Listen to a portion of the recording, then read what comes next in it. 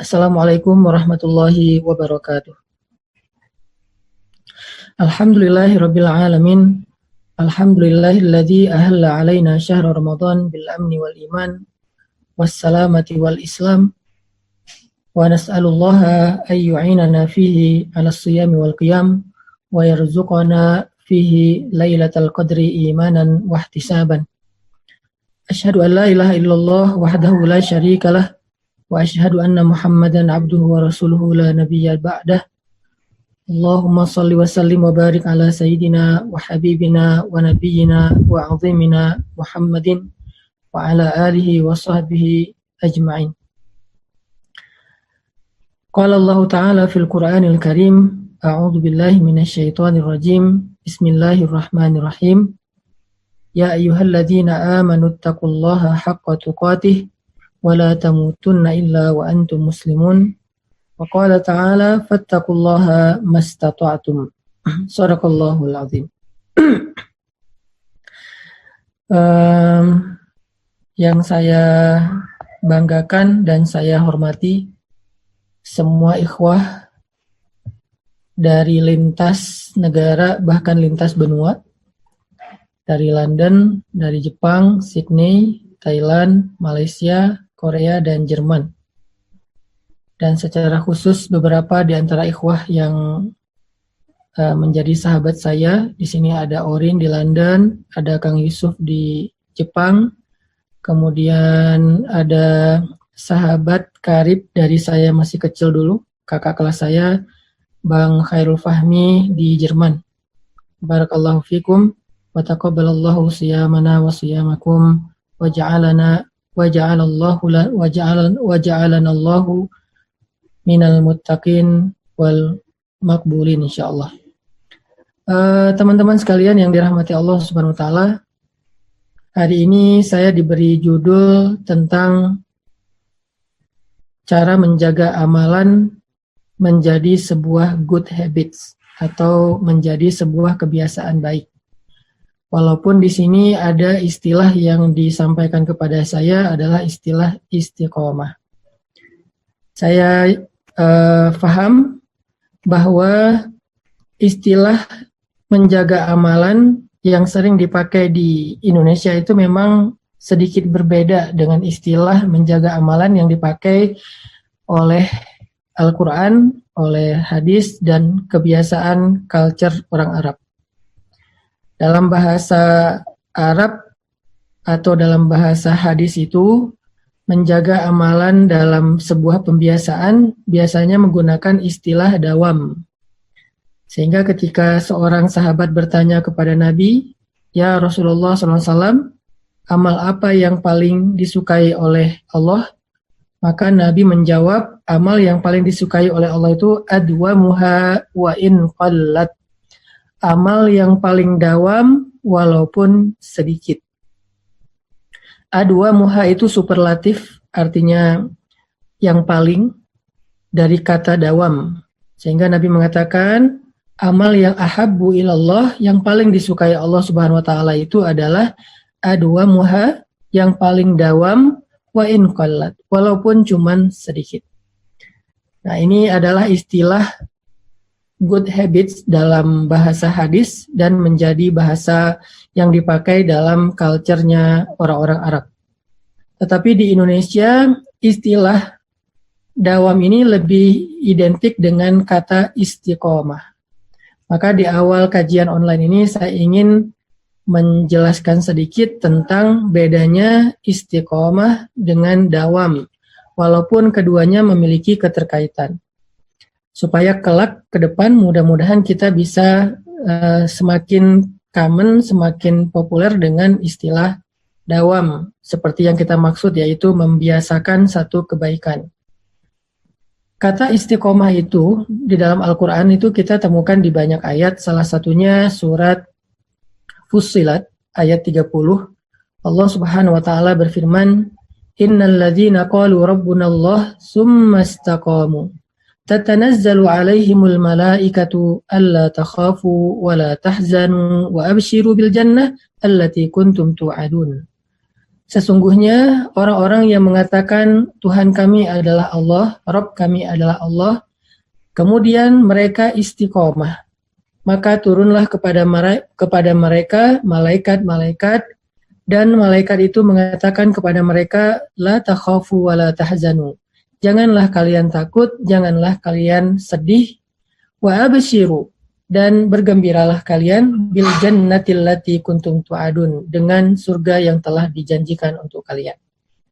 Nah, di sini Allah Subhanahu wa taala menggunakan diksi istiqomah dengan kalimat perintah dengan kalimat fi'lul mudhari, yaitu summastaqamu. Nah, apa bedanya kata istiqomah dengan kata dawam menurut beberapa literatur ayat dan hadis tadi? Istiqomah itu kata para ulama, kalau kita terjemahkan lebih sederhananya adalah komitmen. Sedangkan dawam itu adalah konsisten. Sehingga kita jadi langsung bisa memahami bedanya istiqomah dengan dawam. Komitmen adalah istiqomah. Artinya dia komitmen dengan batasan-batasan syariat. Mana yang halal, mana yang haram, mana yang perintah, mana yang larangan. Mana yang harus dia kerjakan, mana yang harus dia tinggalkan, dia komitmen dengan batasan itu. Dengan hudud, dengan batasan-batasan agama Allah Subhanahu wa taala. Dia tidak keluar dari batasan itu. Dia mencoba untuk tetap berada di batasan itu sampai akhir hayatnya dengan segala resiko apapun. Ini namanya istiqomah. Dan ini adalah salah satu di antara prinsip atau termasuk di antara perkara besar dalam Islam. Ketika seseorang bisa istiqomah. Karena ketika dia tidak komitmen, maka dia akan terjebak kepada dosa-dosa besar. Di antaranya karena dia nggak komitmen, dia terjebak kepada fusuk. Atau lebih lanjut lagi terjebak kepada nifak. Atau yang lebih parah lagi terjebak kepada kufur. Antara fusuk, nifak, kufur. Fusuk itu melakukan dosa besar walaupun dia masih beriman. Kalau munafik pura-pura beriman padahal dia kufur. Kalau kufur berarti dia benar-benar mengingkari secara terang-terangan. Nah, orang yang istiqomah adalah orang yang menjaga batasan dari agama Allah Subhanahu wa taala, tidak melenceng baik ke kanan secara berlebihan maupun ke kiri secara kurang. Itu adalah istiqomah. Sehingga janji Allah untuk orang yang istiqomah itu adalah pertolongan yang diwakilkan oleh malaikat dalam kalimat la takhafu wa la tahzanu wa abshiru. Jangan takut, jangan sedih, dan bergembiralah. Kenapa ada kata-kata jangan takut, jangan sedih, bergembiralah? Karena orang yang istiqomah itu biasanya akan diuji dengan penolakan atau diuji dengan, kalau bahasa sosial media itu, pembulian. Jadi gara-gara dia istiqomah, dia biasanya ditinggalin sama teman-temannya. Lu udah gak asik lagi. Gara-gara dia istiqomah, dia jadi kadang-kadang dianggap sebagai orang yang kaku, radikal, ekstrim, dan segala macam. Gara-gara dia istiqomah, banyak orang yang tidak lagi bisa mendapatkan keuntungan dari dia. Dia istiqomah dalam pekerjaan, gak mau riba. Istiqomah dalam pekerjaan, gak mau curang. Akhirnya, orang nggak bisa lagi dapat untung bertransaksi dengan dia, sehingga dia akan ditinggalkan. Ini adalah konsekuensi dari istiqomah yang biasanya dirasakan oleh orang-orang yang solih sebelum kita. Sehingga dengan segala macam resiko dan konsekuensi itu, Allah Subhanahu wa taala memberi jaminan kepada orang yang istiqomah bahwa Allah yang akan menjadi penolong bagi mereka. Makanya ayat setelahnya berbunyi, nahnu awliya'ukum fil hayatid dunya wa fil akhirah. Kamilah yang akan jadi penolong kalian di dunia dan di akhirat. Maksudnya kalau kalian berpegang teguh kepada agama Allah, kalau kalian berpegang teguh kepada prinsip-prinsip Islam, kalian berpegang teguh dengan hijab walaupun kondisinya berat, maka kalian nanti akan mendapatkan ancaman, perlakuan tidak menyenangkan, bahkan permusuhan, kezaliman dari orang-orang yang kufur, nifak, dan fasik. Maka jangan khawatir, jangan sedih, jangan takut. Nahnu awliya'ukum fil hayati dunya wa fil akhirah. Kami yang akan menjadi penolong kalian di dunia dan di akhirat. Itu kalimat istiqomah. Sehingga dalam praktek kehidupan kita, istiqomah itu adalah berpegang teguh kepada agama sesuai dengan batasan-batasan yang sudah kita pelajari dari para ulama. Yang jadi perbedaan itu adalah batasannya. Kalau batasannya itu memang beda-beda. Ada yang memberikan batasannya sempit dalam agama, ada yang memberikan batasannya luas dalam agama. Ada orang yang tasyaddud, ada orang yang wasatiyah, pertengahan. Nah, orang yang memberikan batasan agamanya sempit biasanya dia memang punya karakter orang yang keras, karakter yang terlalu perfeksionis, dan ditambah lagi dengan keterbatasan ilmu. Contoh, kita memberikan batasan sempit dalam fikih adab makan. Muncul hadis riwayat Bukhari, janganlah makan berdiri. Nah, kalau misalnya kita membatasi diri dengan satu teks hadis ini, kita langsung mempersempit batasan agama bahwa makan itu nggak boleh berdiri, haram.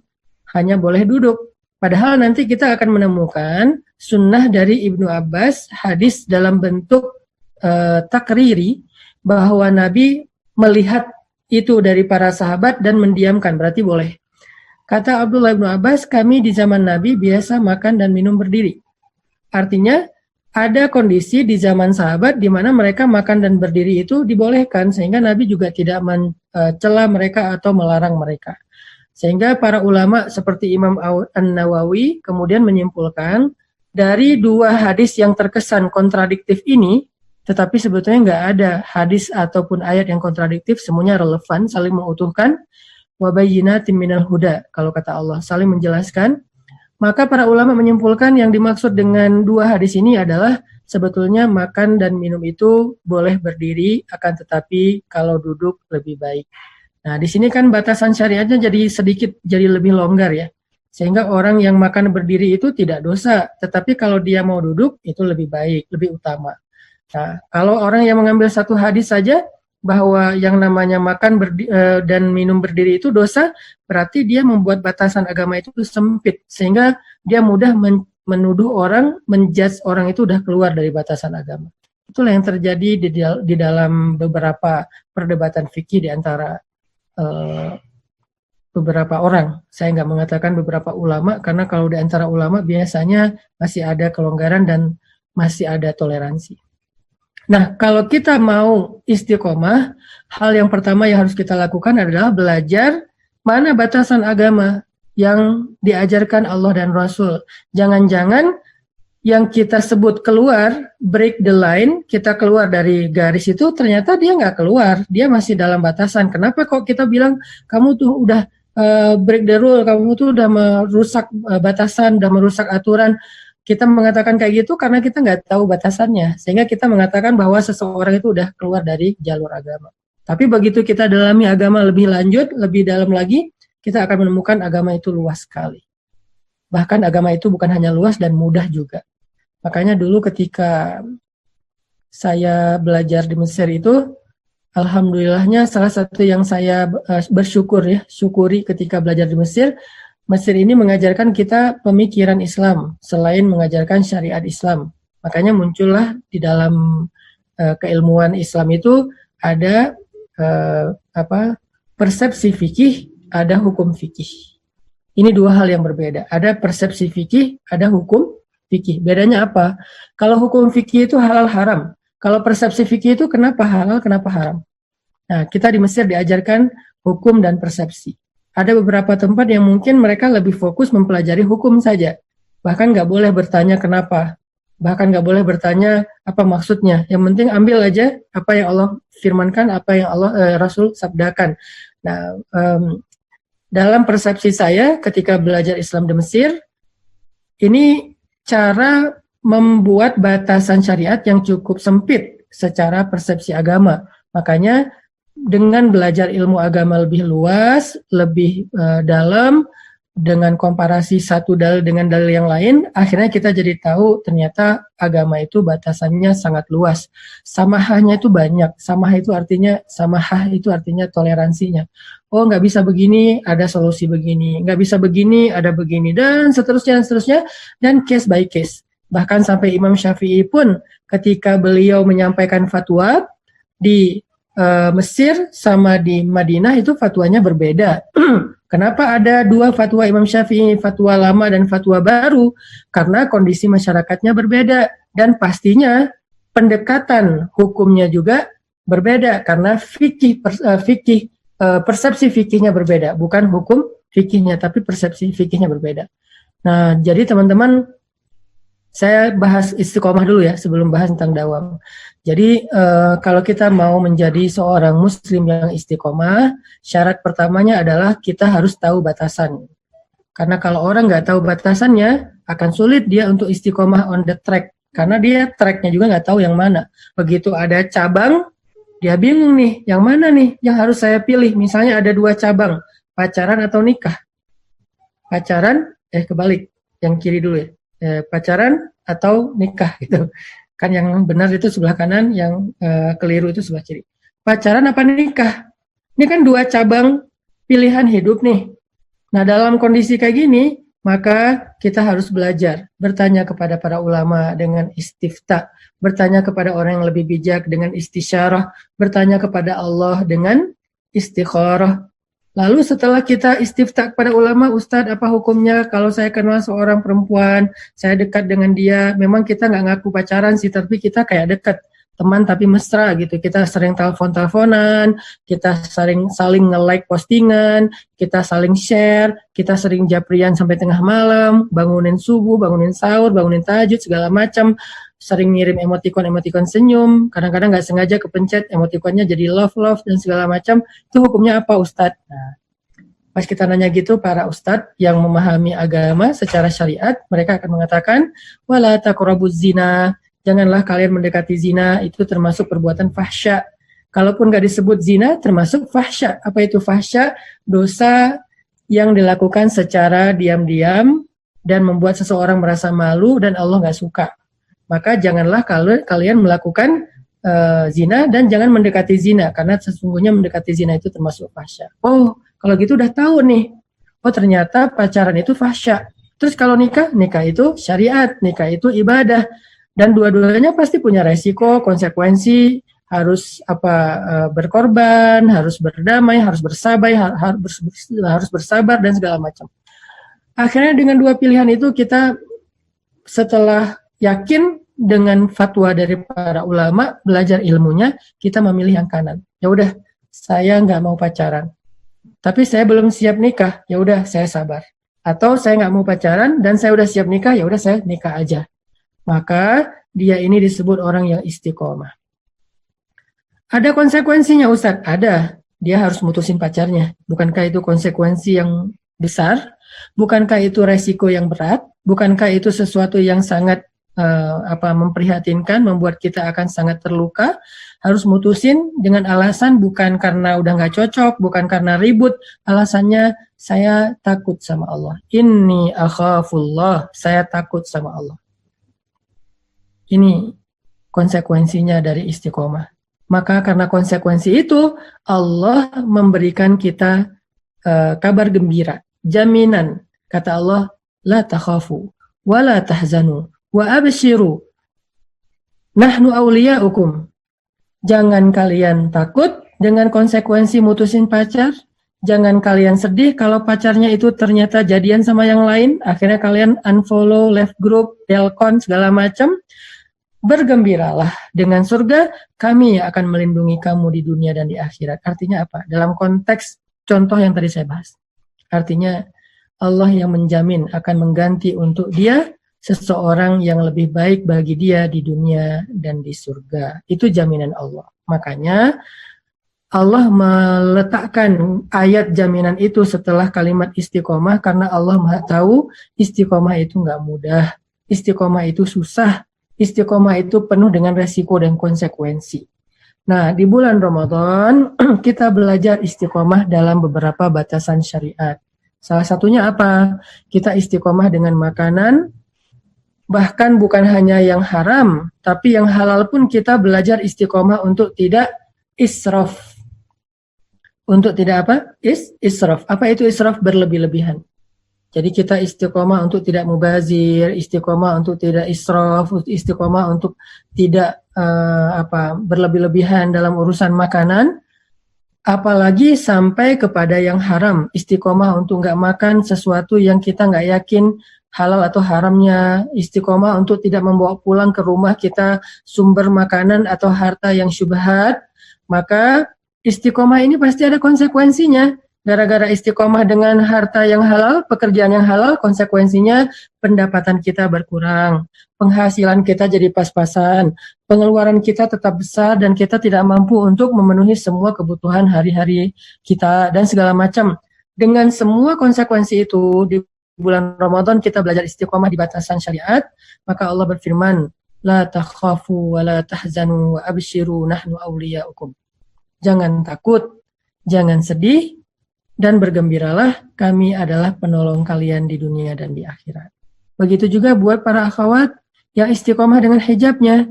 Mungkin akan ada konsekuensi, apalagi yang tinggal di sebuah negara yang kita menjadi minoritas. Konsekuensinya akan banyak. Mungkin kita akan dianggap aneh yang paling ringan, sampai kepada mungkin perlakuan-perlakuan yang tidak menyenangkan, perlakuan-perlakuan zalim, dan segala macam. Walaupun nggak semua orang ngerasain itu ya. Walaupun di negara-negara yang kadang-kadang udah cukup terbuka, ada aja orang usil kan. Beberapa kali kita mendengar berita di Eropa, di New Zealand, atau di Australia, pelecehan terhadap perempuan yang berhijab. Tapi kan itu tidak mewakili masyarakatnya yang terbuka. Tapi ada aja orang yang kayak gitu. Sementara kalau di Indonesia mungkin nggak terlalu sering, beda lagi nanti kasusnya. Karena emang di Indonesia hijab itu udah dianggap sebagai sesuatu yang kultural. Kecuali cadar kali ya. Nah ini kan butuh kekuatan hati nih dengan segala macam konsekuensi dari istiqomah. Maka Allah bilang, wahai perempuan-perempuan berhijab yang sudah mengatakan Rabbunallah, kemudian istiqomah dengan batasan auratnya, la takhafu wa la tahzanu wa abshir. Jangan takut wahai cewek-cewek yang berhijab. Jangan sedih wahai cewek-cewek yang berhijab. Bergembiralah wahai cewek-cewek yang berhijab. Nahnu awliya'ukum. Kami akan melindungi kalian di dunia ketika kalian keluar rumah, wa fil akhirah ketika kalian kembali kepada Allah Subhanahu wa taala. Contoh apa lagi misalnya? Istiqomah dalam tadi udah masalah hubungan, meninggalkan pacaran, masalah hijab, menutup aurat, masalah pekerjaan, apalagi nanti istiqomah dengan jujur. Karena orang yang jujur itu kadang-kadang lebih berat daripada orang yang bohong. Orang yang bohong aja udah susah, apalagi jujur kata orang gitu kan. Maka la takhafu wa la tahzanu. Nah, jadi istiqomah itu secara umum artinya komitmen dengan batasan syariat. Tapi jangan sampai kita gara-gara istiqomah dengan batasan syariat yang sempit, akhirnya kita menjadi orang yang bukan hanya istiqomah, tetapi juga menjadi orang yang ghulu, berlebih-lebihan saking komitmennya. Allah juga nggak suka kepada hamba yang berlebih-lebihan atau terlalu memaksakan diri. Komitmen dengan sholat itu harus tepat waktu. Walaupun kita lagi safar, ya udah turun aja dulu dari kendaraan. Kalau sampai saya punya teman gini, ya, teman saya ini baru hijrah ya, dan dia kayaknya saking solehnya dan dia pengen menebus dosa-dosa di masa lalunya, dia punya komitmen, saya akan sholat tepat waktu berjamaah di masjid sampai semampu saya, mungkin sampai akhir hayat. Itu komitmen dia. Sehingga dalam satu perjalanan dia berangkat dari Aceh ke Medan waktu itu, di tengah jalan naik bus. Di bus itu kan nggak semua orang sama ya tingkat keimanan dan kesolehannya sama kita, apalagi abang-abang supir busnya, mungkin dia malah nggak sholat gitu. Nah pas masuk waktu Isya, dia berangkatnya sore, habis maghrib, nggak tahu berangkat waktu Isya atau maghrib gitu. Pokoknya masuk waktu sholat gitu ya. Busnya masih jalan, nggak berhenti gitu. Terus dia bilang ke si abang supir busnya, bang berhenti dulu sholat gitu.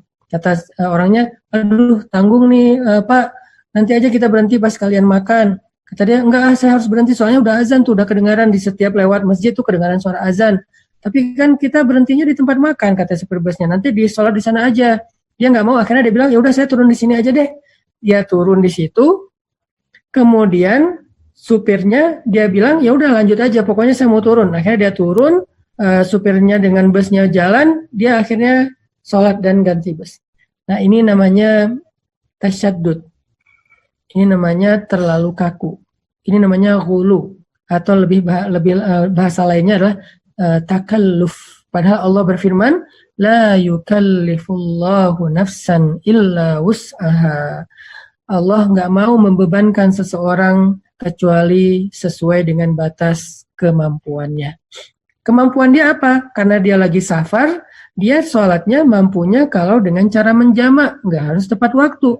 Makanya dalam Islam muncullah rukhsah atau takhfif syar'i, keringanan-keringanan yang dibolehkan oleh agama. Sampai Nabi bersabda dalam sebuah hadis sahih, kata Nabi, sesungguhnya Allah itu suka jika memberikan keringanan, maka hambanya mengambil keringanan itu. Gini, Allah itu suka kalau seorang hamba mengambil keringanan dari Allah, seperti Allah suka kalau hamba itu menjalankan perintah Allah. Jadi Allah itu suka kalau kita menjamak sholat ketika lagi safar, seperti Allah suka kalau kita sholat tepat waktu pas kita lagi mukim. Itu hadis Nabi.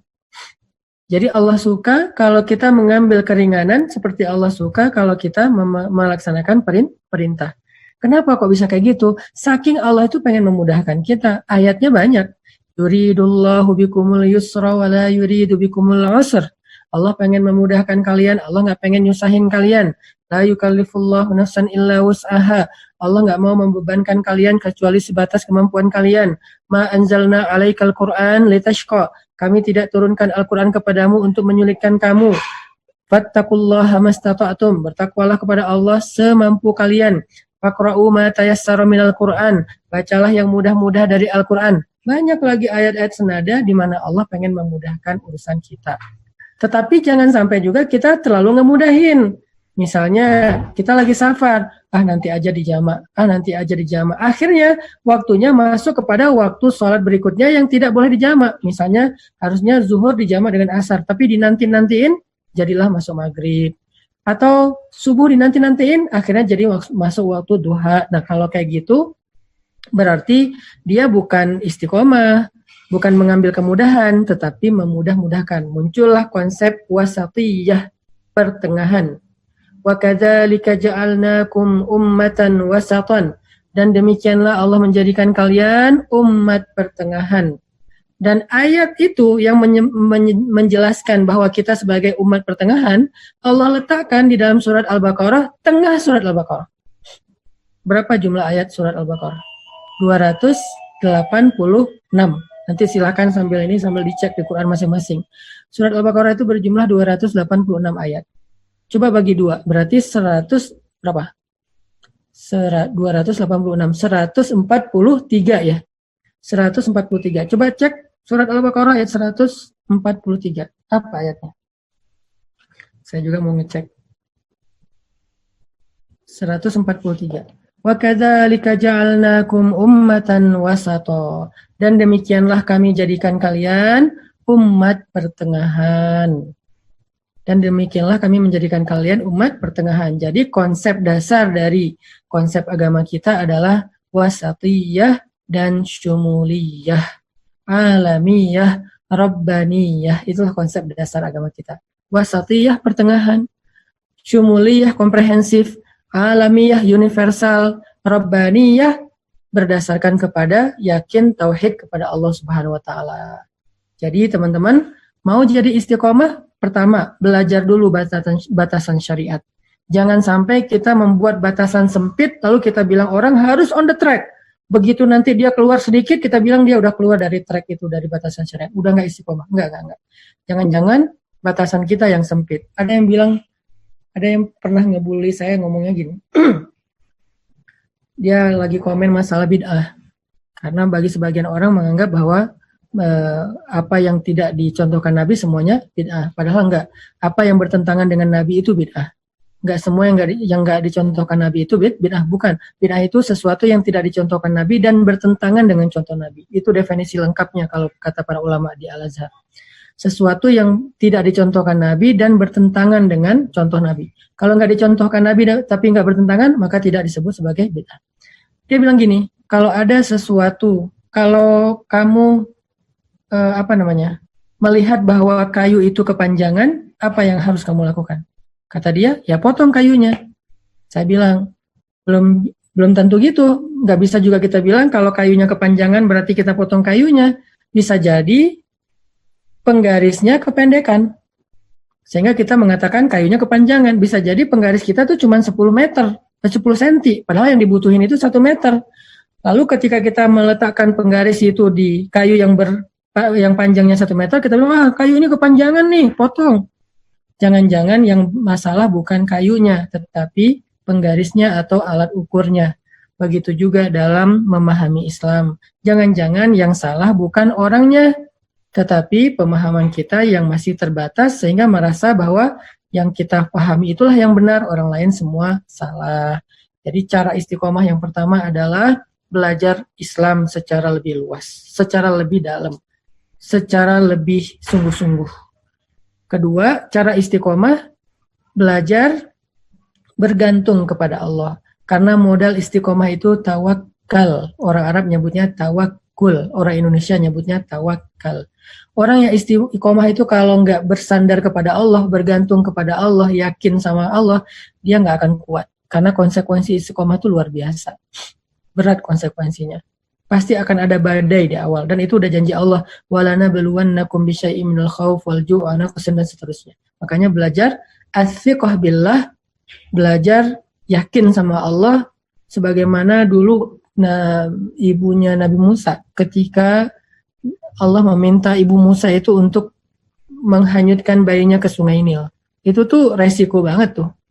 Apa yang membuat ibu Nabi Musa kok berani menghanyutkan bayinya ke sungai Nil dengan resiko dimakan sama kuda Nil? Karena Allah berfirman, Inna radduhu ilaik wa ja'iluhu minal mursalin. Jangan takut wahai ibu Musa, kami pasti akan mengembalikan Musa kepada engkau. Itu janji Allah. Nah, siapa yang yakin dengan janji Allah, bersandar kepada Allah, pegang erat janji Allah, dia akan kuat istiqomah. Tapi kalau dia, aduh, ternyata setelah hijrah hidup saya nggak jadi lebih baik. Mana katanya Allah membantu orang yang mau bertaubat segala macam. Nah, dia nggak yakin dengan janji Allah. Setelah saya tinggalin kerjaan riba, sekarang saya jadi nggak punya penghasilan yang tetap. Keluarga saya pada ngeluh-ngeluh dan segala macam. Nah, ini membuat dia menjadi galau, labil, akhirnya balik lagi kepada dosa di masa lalu. Yang terakhir, cara istiqomah itu adalah dengan belajar sabar. Karena tadi, istiqomah itu bukan hanya soal kita memilih jalan yang benar, tetapi juga di balik pilihan itu kita akan diberikan ujian dengan konsekuensi dan resikonya. Allah berfirman, Alif Lam Mim, ahasiban nasu ayyutraku ayyakulu amanna, wahum la yuftanun, di pembukaan surat Al-Ankabut. Di sini ada Bang Khairul Fahmi yang mungkin lebih hafal ayat-ayatnya karena beliau lebih duluan hafal Quran daripada saya dan tuntas. Kalau saya mungkin hanya menghafal beberapa ayat saja. Kata Allah, ahasiban nasu ayyutraku ayyakulu amanna wa hum la yuftanun. Apakah manusia mengira akan dibiarin aja ngomong saya telah beriman, saya mau berhijrah, saya mau bertaubat, saya mau ninggalin riba, saya mau berhijab, saya nggak mau pacaran lagi dan segala macam.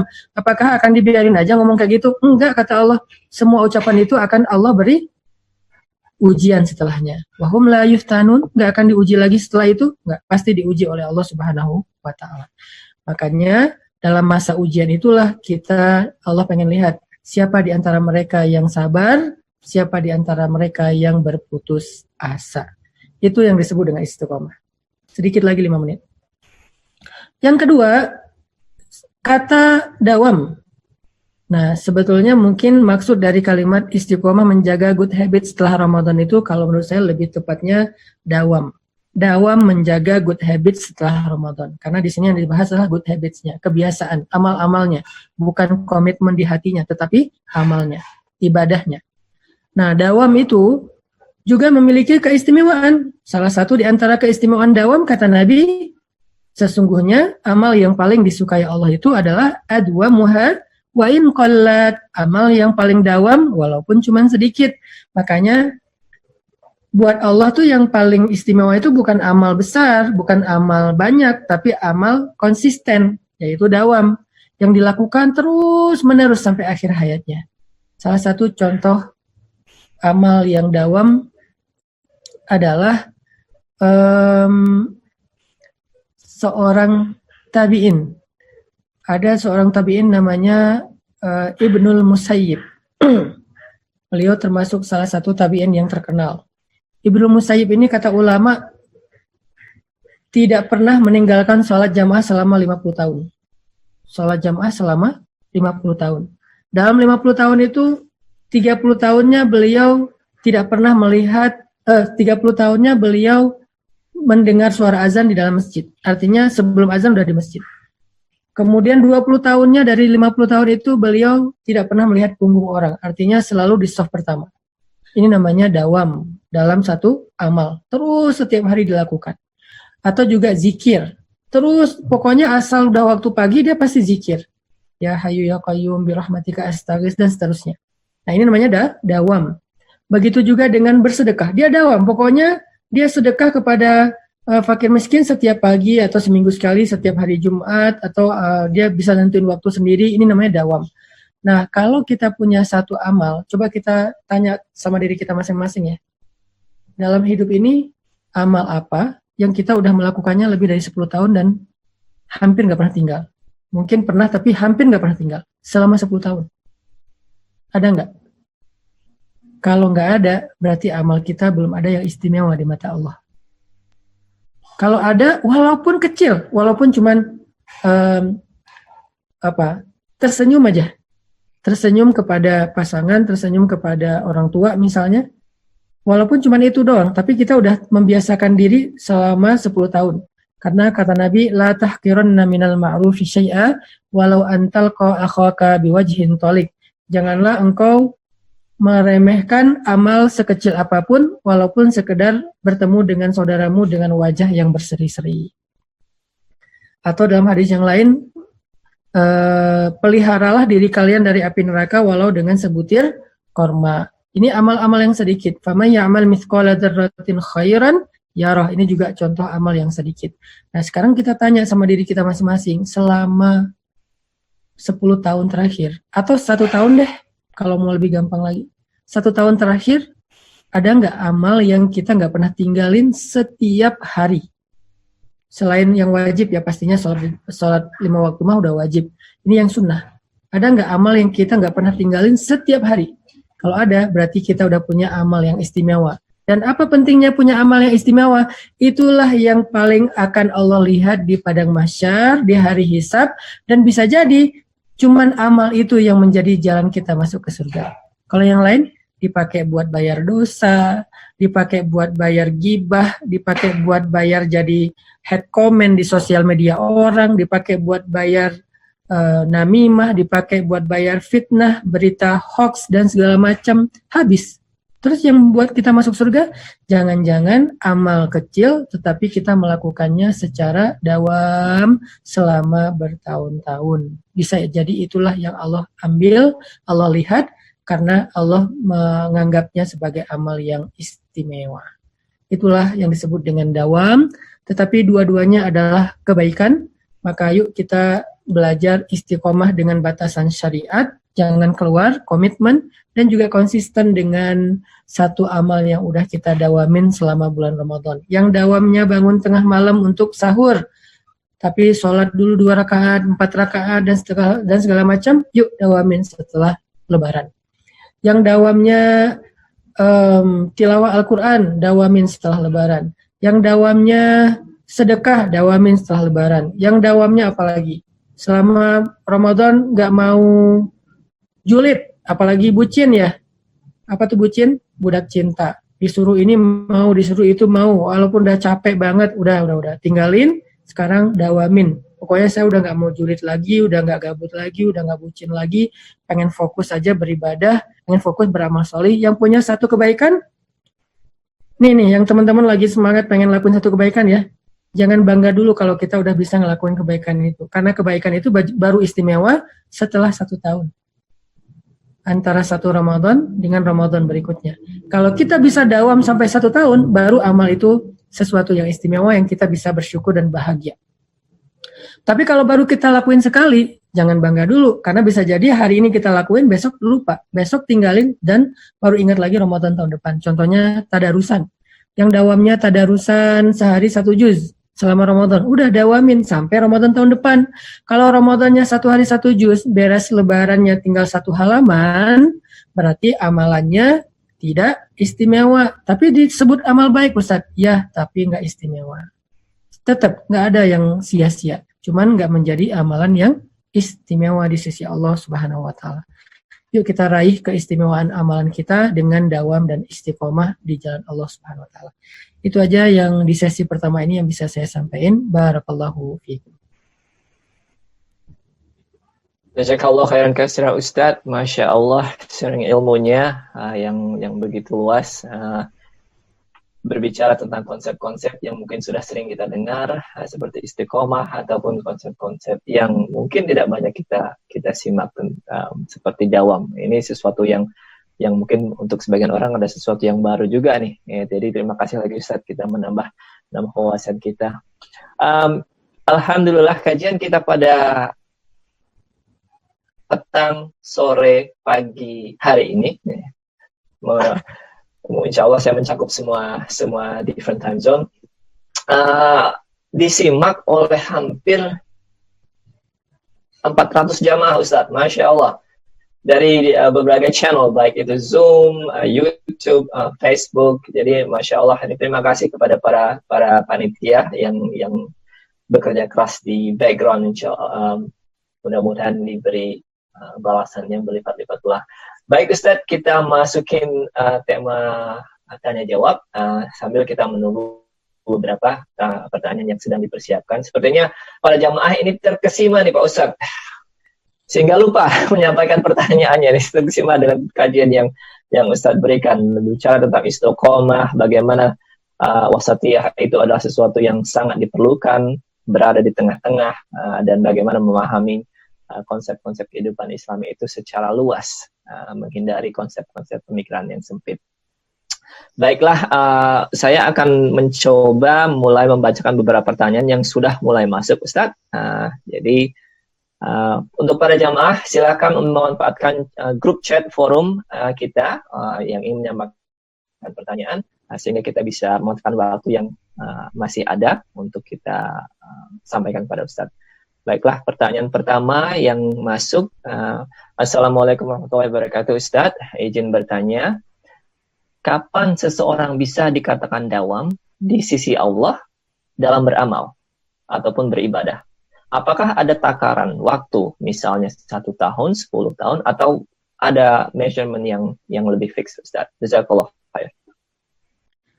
Baik, Kang Hakim. Dawam itu batasan waktu paling sedikitnya ketika kita bisa melakukannya berulang kali, bisa 10 kali, tidak ada batasan waktu khusus ya, dan tidak ada angka pasti. Tetapi pastinya semakin lama kita mendawamkan sesuatu kebaikan, maka semakin istimewa kebaikan kita itu di mata Allah. Minimalnya berapa? Memang ulama tidak pernah membuat batasan waktu minimal, tapi kita bisa ngukur-ngukur sendiri. Kalau kita bilang dawam itu cuma 2 hari, ya rasanya agak-agak terlalu lebay ya. Gue udah tahajud loh, berapa lama? 2 malam misalnya, itu kayaknya terlalu lebay itu. Tapi tahajudnya sah selama dia ikhlas dan sesuai dengan syariat fikih.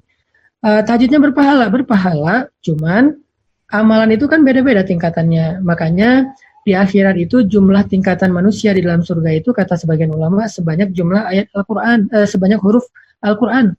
Tingkatannya banyak banget. Makanya Allah berfirman di Al-Anfal itu, lahum darajatun inda rabbihim.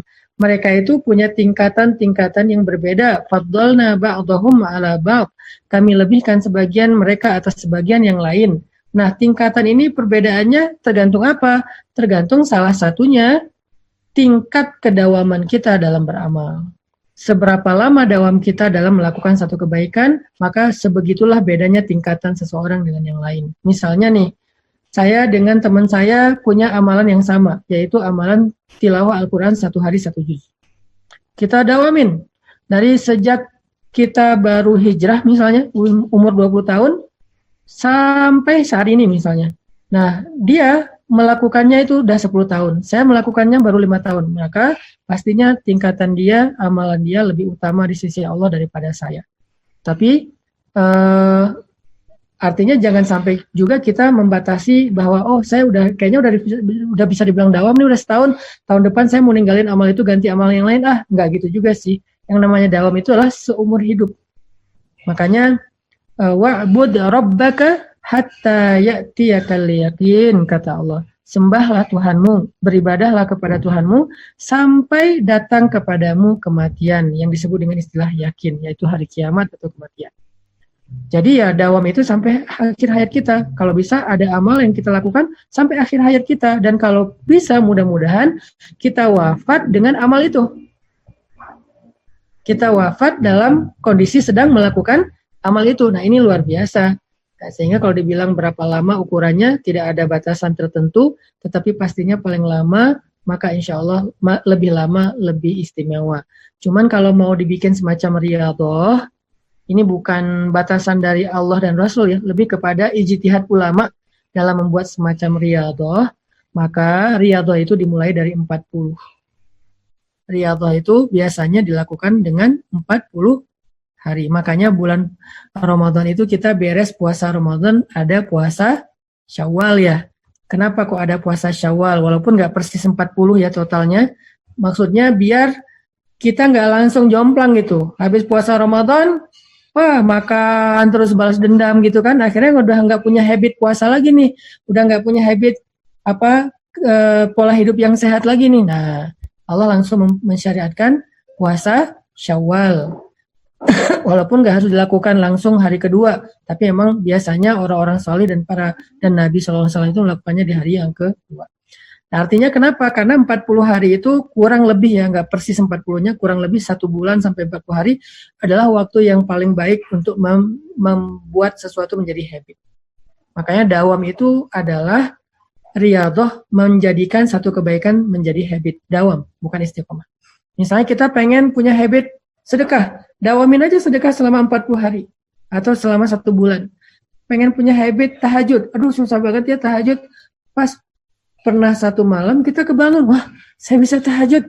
Apakah kita udah jadi habit? Belum. Makanya dawamin sampai 40 malam. Insya Allah itu jadi habit.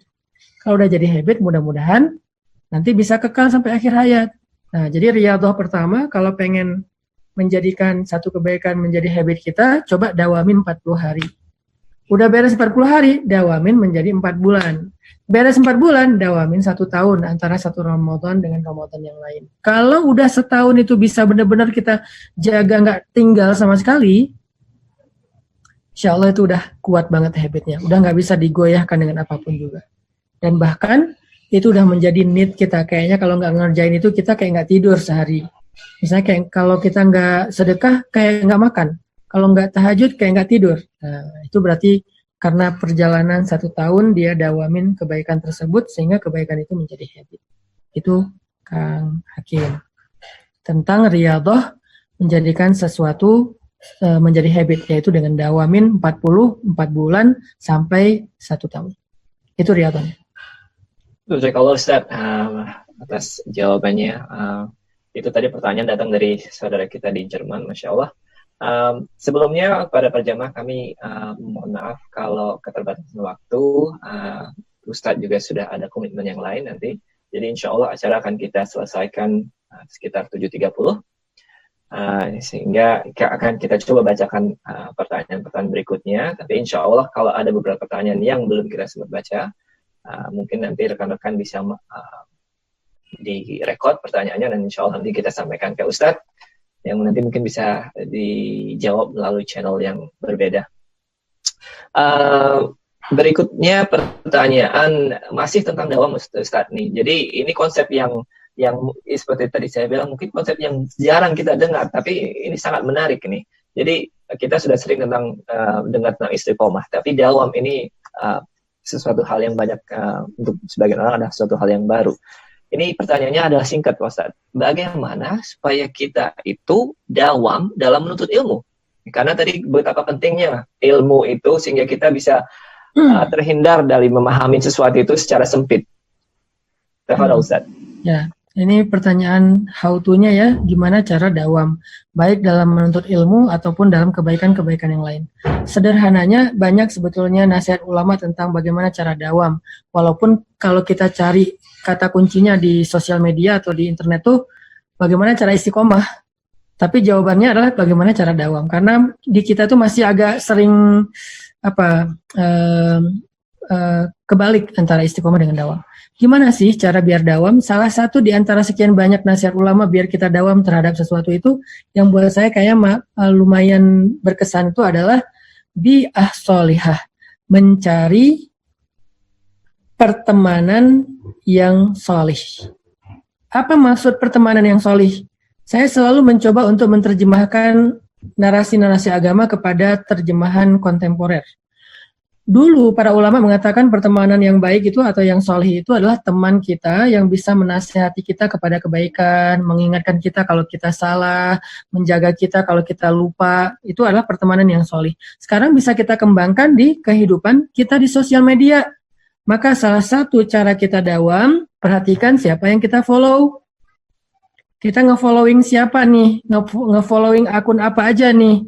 Atau kalau di Facebook mungkin mutual friend-nya siapa. Nah, itulah yang akan menentukan dawam atau enggak. Kalau yang kita follow itu adalah akun-akun yang lebih banyak menyampaikan tentang entertain, maka kita akan dawam dengan musik, kita akan dawam dengan film, kita akan dawam nonton, kita akan dawam TikTok ya. Walaupun saya juga nonton TikTok, Ustaz, ya sih, cuma nggak diupload. Artinya itu entertain doang kan. Tapi kita nggak dawam dalam kebaikan, kita nggak dawam dalam ibadah, kita hanya dawam dalam hal-hal yang sifatnya entertain. Saya nggak bilang itu buruk ya, cuman bilang entertain. Karena entertain itu ada yang baik, ada yang mubah, ada yang nggak boleh. Atau kita nge-follow akun yang isinya lebih ke mungkin menampilkan sisi glamor, hedon kehidupannya, sehingga kita jadi tersemangati untuk menjadi wannabe-nya ya kayak mereka gitu, sesuai yang kita follow. Makanya Nabi mengatakan almar'u ala dini khalilih. Saya menerjemahkan hadis itu kalau dalam bahasa sosmed, seseorang tergantung siapa yang dia following.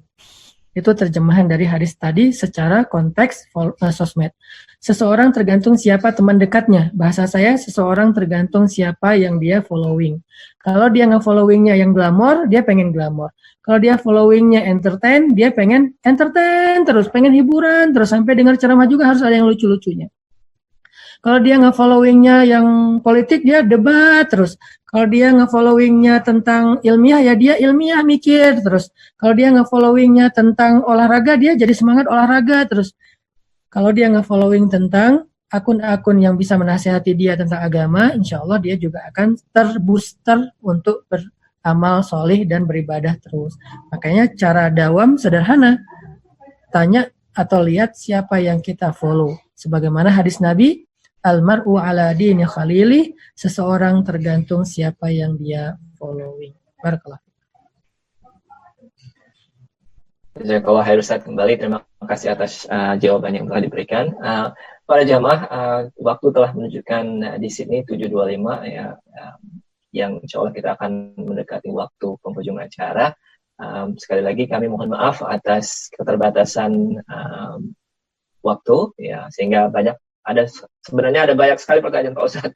Ini alhamdulillah angka 400 baru saja tembus ini. Jadi insya Allah mudah-mudahan terima kasih atas kerjasama rekan-rekan, sahabat-sahabat semua dari majelis-majelis taklim yang ada di 8 negeri yang berbeda. Terima kasih kepada Kibar, IPMI Kibar di London, IPMI di Tokyo, Ashabul Kahfi Islamic Center di Sydney, Ngaji Kun Bangkok, AMI Kuala Lumpur, IMUSKA di Seoul, Korea, and Kalam, keluarga Muslim Kalam, Göttingen, Jerman. Mudah-mudahan ini bukan merupakan yang terakhir, mudah-mudahan akan semakin banyak pengajian-pengajian, kajian-kajian online seperti ini, sehingga ilmu-ilmu yang seperti tadi Ustaz sampaikan bisa menyebar lebih luas lagi, sehingga pemahaman kita bisa lebih luas lagi seperti yang tadi Ustaz sampaikan, untuk memahami suatu konsep itu tidak secara sempit. Sebelum penutup Pak Ustadz, kalau boleh kita minta izin Ustadz untuk membacakan doa penutup sebelum acara kita tutup. Tafadhol Ustaz.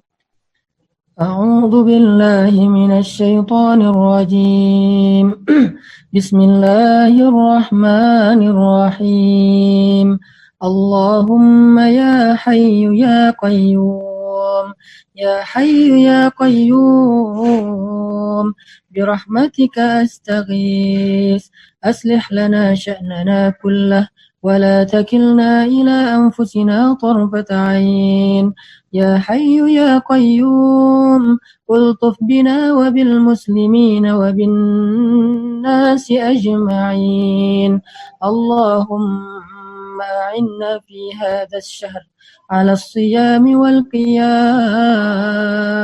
على قراءة القرآن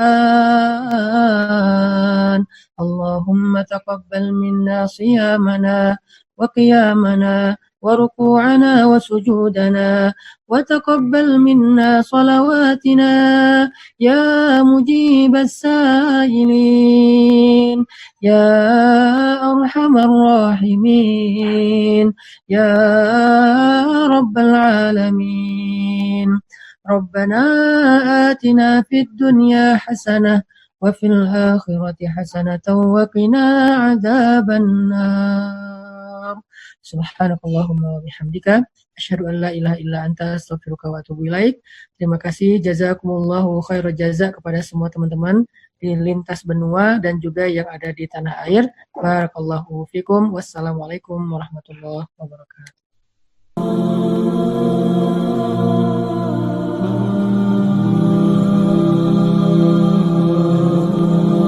Orang nggak bakalan kecewa kalau bersandar kepada Allah. Itu nggak bakalan. Bahkan kita bisa bilang mustahil. Mustahil seseorang itu kecewa gara-gara berpegang, bersandar, menyerahkan dirinya kepada Allah. Itu mustahil. Bukan seperti itu sunnatullah. Karena siapapun yang berserah diri kepada Allah, maka dia telah berpegang kepada tali yang paling kokoh.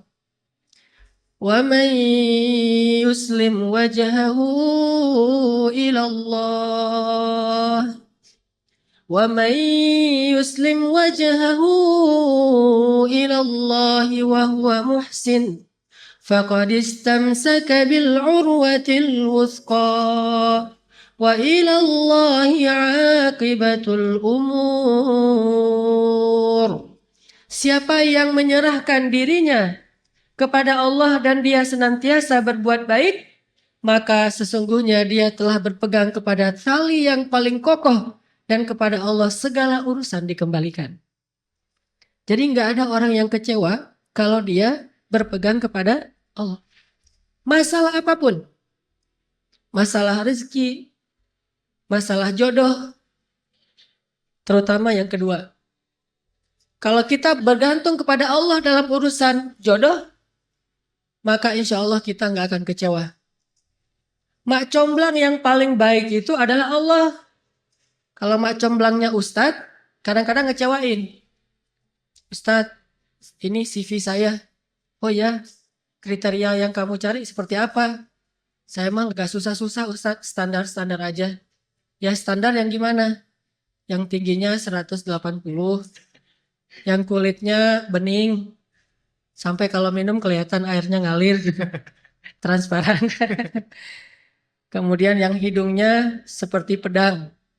Yang matanya seperti bidadari. Tahu mata bidadari? Besar dan sayu. Tapi nggak gelok. Nah ini kriterianya. Terus kata Ustadz, kalau yang kayak gitu Ustadz juga mau gitu ya. Akhirnya pas ketemu Ustadznya duluan yang ta'arufan.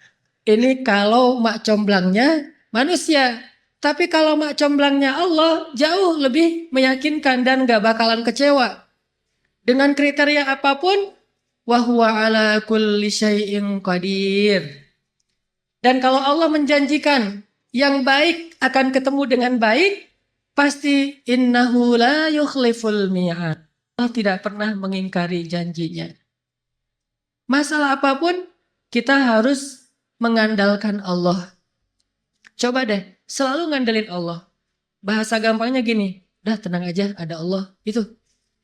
Dan kalau kita sudah melibatkan Allah, La yudayyi'akallahu idzan. Itu pasti. Allah nggak bakalan ngecewain kamu. Kalau udah ngandalin Allah, ini gimana nih? Udah, tenang aja, ada Allah. Allah tidak akan mengecewakan. Salah satu kalimat udah tenang aja ada Allah adalah la tahzan innallaha ma'ana. Kalau kita ada teman lagi galau gitu, terus kita bilang, la tahzan innallaha ma'ana. Kalau bahasa kita, woles bro, tenang aja ada Allah. Santai bro, karena ada Allah. Itu bahasa Arabnya la tahzan innallaha ma'ana. Andalin Allah dalam masalah kita. Ada masalah apapun, serahin aja sama Allah. Bismillah, la haula wala quwata illa billah. Bahkan kadang-kadang hanya dengan berzikir la haula wala quwata illa billah, Allah kasih keajaiban yang luar biasa. Karena setelah seseorang bersandar kepada Allah, la yudayyi'anallahu idzan. Pasti Allah nggak akan ngecewain. Pasti Allah nggak akan ngecewain.